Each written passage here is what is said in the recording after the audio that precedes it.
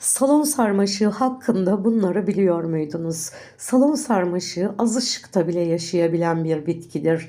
Bol ışık alarak yaprak gelişiminde gözle görünür değişiklikler meydana gelir. Fakat iç mekanda yeterli ışığa ulaşamadığından dolayı daha minik yapraklı gelişir. Salon sarmaşığı sürekli sulanmak istemez. Toprağının nemli olması bir süre sonra bitkiye zarar verebilir. Toprağının kuruduğundan emin olduktan sonra sulamalarını gerçekleştirebilirsiniz. Patos sarmaşığı yaprakları neden sararır? Fazla sulama nedeniyle yapraklarında sararma meydana gelebilir. Eğer bu halde sulamaya devam ederseniz bitki kökleriniz çürüyebilir ve bitkiyi kaybedebilirsiniz. Daha fazla bitki bakımı için beğenmeyi, kaydetmeyi ve sevdiklerinizle paylaşmayı unutmayın. Bol çiçekli en güzel günler sizlerle olsun. Allah'a emanet olun.